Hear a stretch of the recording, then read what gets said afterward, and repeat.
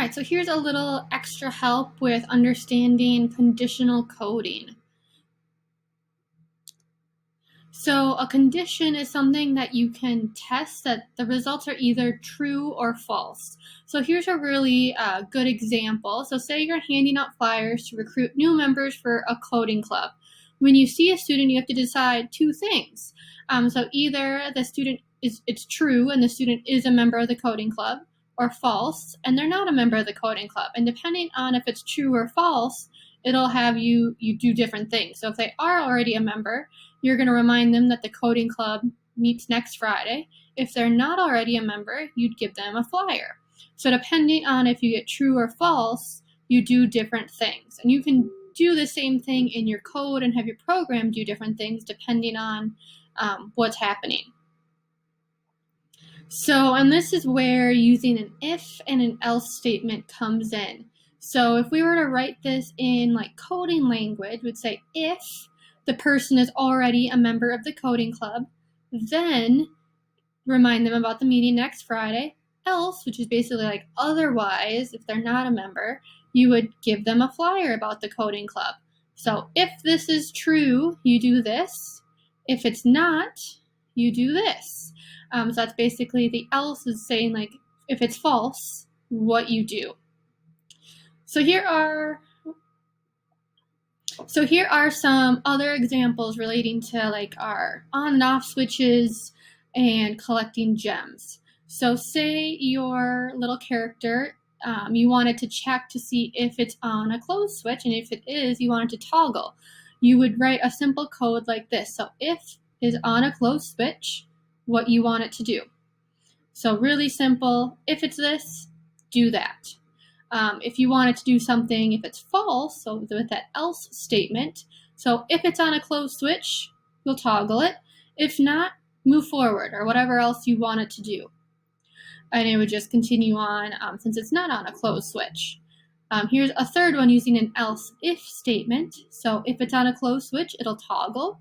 If it's not and it's on a gem, then collect a gem. So that makes it check for both of those things and not just move forward or do the next thing. So that else if, that second if, lets it check to see if it is on a gem again, and then it collects the gem. And then you'd be able to continue them with moving forward or whatever else you need your code to do.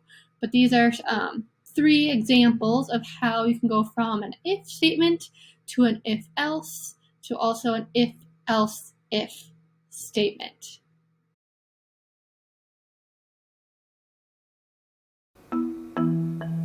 Conditional code is a block of code that will run only if something is true. It's often expressed as an if statement. In this puzzle named Defining Smarter Functions, the gems and switches change position randomly every time you run your code. So you have to tell Byte how to find them. Use conditional code so that Byte takes the right action depending on what is found on each tile. For example, if Byte is on a tile with a gem, Byte collects the gem. And if Byte is on a tile with a closed switch, Byte toggles it open. Conditional code is a common way programmers solve for unknown conditions, so the code makes smart decisions on the fly.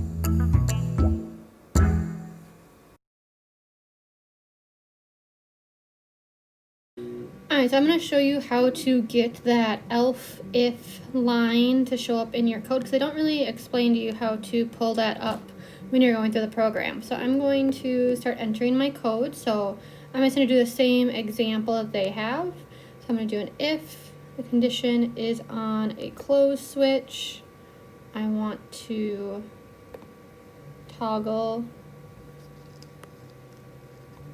the switch, and then so you could, to get that else if, you could click your keyboard and type it in, and you could type in the code like it shows up in the example. So after the curly bracket you would write else if,